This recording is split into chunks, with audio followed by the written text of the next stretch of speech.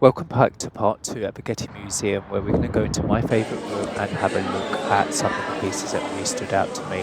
So first with Turner, I really just love this seascape, the way the boats and the movement was captured and the rockiness of the sea. You can see this is about Lantrop going out to please his mistress.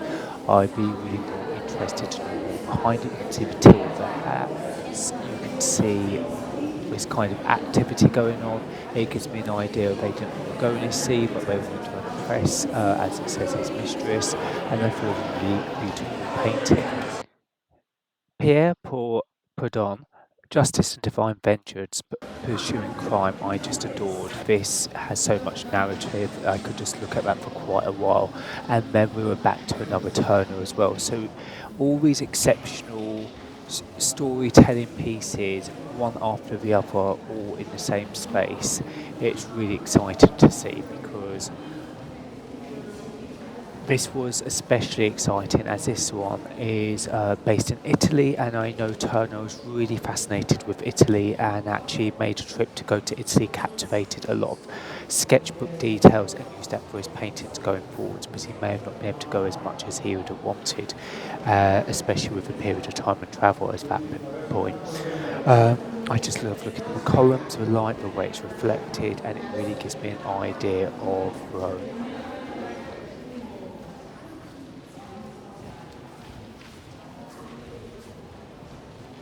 So going around into the rest of the place that was called Modern Rome, but when you think of Modern Rome and now, so we now move on to Degas, which I really just like the white negative space around the woman mixed with the actual woman in the clothes. I felt like something was captivated really well, and it just gave so much storytelling.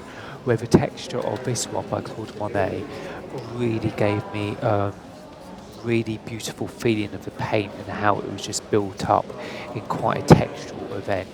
I really did love the whole technique of this, and it was something that I didn't really think of Monet in that technique straight away, even though when I do actually start to think about his techniques, I then would go, yes, this would make sense with the kind of broken colours, the build up, the paint, and I just really loved that effect of the impasto painting.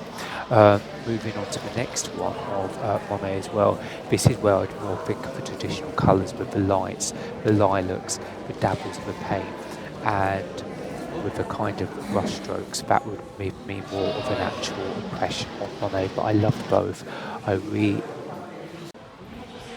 was impressed when I saw this piece, Starry Night by Edvard Munch, and this one was a really exciting one for me because you could see the constellations, the stars, this rock, the kind of entrance opening with another bit underneath within the ground where it looked like almost, for me personally, like somebody in there hiding in refuge, and maybe it was two lovers, but it was something going on there, and I could really get a kind of Georgia O'Keeffe symbology feeling and many variations. The next piece we're going to go on to is called The Wounded Foot by a different artist, and what I really loved is how the actual paint is applied here. It's not a traditional sense of water, but it gives you that light feeling, just like what we saw with the Monet. It gives a bit of a Van Gogh texture of the hat, but it's also such great storytelling where you can see somebody's hurt their foot and the other child inspected, and this is by Joaquin. So that's my highlights at the Getty Museum. I hope you enjoyed, and leave me a comment.